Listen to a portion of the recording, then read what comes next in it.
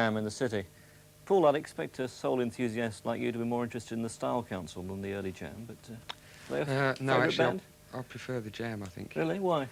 I think it seems the influences are closer to what I like. I mean, where the Style Council seems to be placed themselves is like something in, it seems to me to be something out of the 70s to a certain extent. What they're doing, it seems a little bit behind what's happening, whereas the jam were taking something from 20 years ago and adding to that. What about this book, the authorised biography? Well, it's perfect for a jam fan. It's quite personal as well, which is something Does it really tell you anything new about them? It seems to be a very ordinary story in a way. Maybe it is an ordinary story. It is. I mean, it should be an ordinary story because that's what they always wanted to be. You know, quite working class. Although he said he wanted to move away from that. You know, as time went on. It's just. It must have a lot of details there that, I mean, jam fans must want to know. But, I mean, it's just a basic story of a band going through young as well, not people not being able to get on and come to terms with what's happening, and you can see it leading up to the breakup. It's a thing that a lot of bands go through, but I think the Jam have perhaps said a lot more than a lot of other bands have said about what happened, the breakups, the fights, and also his relationship with his girlfriend. Yeah, his girlfriend and rows of the girlfriend seem to take up rather more of the book than the much publicised development of the Paul Weller thought into a political figure. Yeah. I mean, he was a spokesman for a generation. It's difficult for me to relate to because I'm the sort of person that bypass something like that to get where I'm going, whereas he'll go straight for it. So bypass in what sense? What do you mean?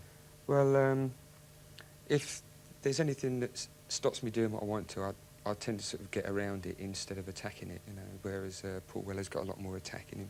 That's the way he's always been. That's the most noticeable thing about the book, I think, where he just goes for everything head on.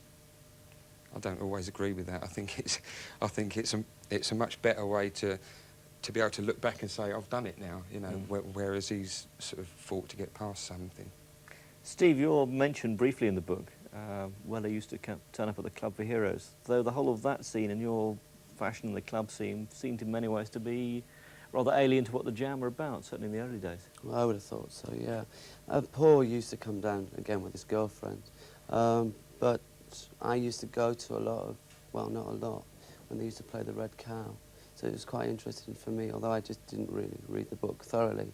There's quite some informative things there. Well, that's why what Paul said is, well, you know, for a Jam fan, it's obviously the best book to buy. But for me, there's a lot of things in there, like about Glenn Matlock being asked to, you know, join Paul. I never knew that. One thing I was surprised about in the book, though, that Gary Crowley didn't write anything in it, whereas being involved, how much he has been with Paul Weller and the Jam by, you know, promoting them. I thought he would have been a contender to write a lot for the book, but she wasn't. Do books like that interest you? I mean, there seem to be so many books on every band going on the market at the moment. Yeah, that's why I think it's, like what Paul said, I think it is the book to buy. I mean, obviously there's a lot of books around that are crap, because there's so many books coming out, but I think this is the one that would please the fans. At least vaguely honest in part. Yeah. Yeah, the writer's obviously done a lot of research because, I mean, he spent a lot of time with Paul Weller. I know that, having seen him around with Paul Weller, and he must have been, like, catching anything that he can, you know, which is the best way to research a book, I suppose. Like, at odd moments where he'll probably say something which he might not have wanted to go in the book, but once it's said and it's written down, then, I mean, perhaps Paul Weller goes, all right, then, it's OK once it's in the book. Lynn, do they mean anything to you in New York, too, with the Jam? Ever register? Oh, yes, the Jam came to America and were successful there, and I'm not saying that they meant anything to me personally. I have respect for certain songs.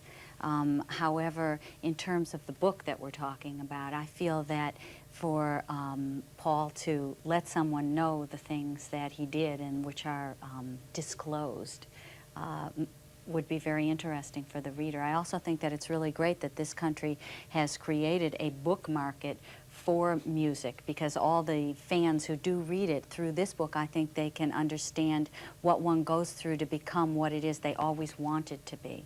And for me, that was the underlying thread of the book between the relationship of Paul with his father. There was a very cohesive idea there about what they wanted out of life, and the rest of it is all drama.